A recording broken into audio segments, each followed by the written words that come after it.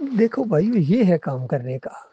Doctor صاحب کہہ رہے ہیں کہ اس بڑھاپے کے اندر کس انداز سے توحید کی دعوت دے رہے ہیں، رد شرک کر رہے ہیں، کس خلوص کے ساتھ آخرت کا نقشہ کھینچتے ہیں، جنت کی بہاروں کا، شہادت کے شوق کا۔ یہ چیز ہمارے بھائیوں کے اندر کیوں نہیں آ رہی ہے؟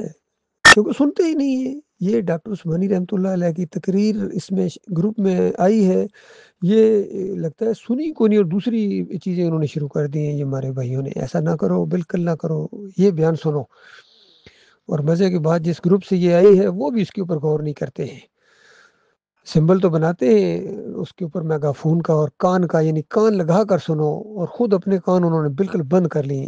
خاص کر یہ جس گروپ سے آئی ہے، میں نام نہیں لیتا ان کا، سمجھنے والے سمجھ جائیں گے، لیکن اس گروپ کے اندر خاص کر یہ جو ڈاکٹر عثمانی رحمۃ اللہ علیہ کے بیانات شیئر کیے جاتے ہیں، ان کو غور سے سنا کرو۔ اللہ کے بندو، اپنے پاس محفوظ ہی رکھا کرو، آگے پیچھے شیئر بھی کرو، اور سب سے پہلے خود اس کے اوپر عمل کرنے کی کوشش کرو۔ اس سے دین اخذ کرو، اپنے دلوں کو، ارادوں کو مضبوط کرو، عزائم کو مضبوط کرو کہ ہم نے ابھی آگے بڑھنا ہے۔ ڈاکٹر صاحب تو اپنا کام کر کے چلے گئے، اب ہم لوگوں نے کرنا ہے، اس دعوت کو آگے بڑھانا ہے، ایمان کی شمع کو ہم نے بجھنے نہیں دینا انشاءاللہ۔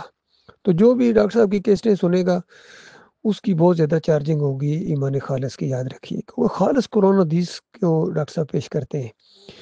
اور یہ ایسے سارے لوگ دیکھنا آپس میں محبتیں بھی کریں گے، آپس میں بھائی بھائی ہیں، یہ اصل میں آپس میں ایک جماعت ہے۔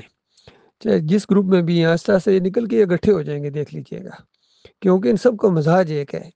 باقی یہ جو جھگڑالو قسم کے لوگ ہیں، یہ ان کا مزاج جھگڑالو ہے، بس واٹس ایپ کے اوپر یہ کھیلتے رہتے ہیں، شوق ہے ان کا، بس چرب زبان قسم کے لوگ ہیں، اور اسی میں یہ خوش رہتے ہیں۔ یقین کیجئے، نہ باہر نکلتے ہیں، نہ دعوت دیتے ہیں، دعوت اللہ نہیں کرتے ہیں، مخلص لوگوں کو ٹارگٹ کرتے ہیں، الزامات لگاتے ہیں، عیب لگاتے ہیں۔ ان کے حصے میں یہی کچھ آیا ہے، کرنے دو ان کو، لگے رہنے دو، ان کی پرواہ نہ کرو۔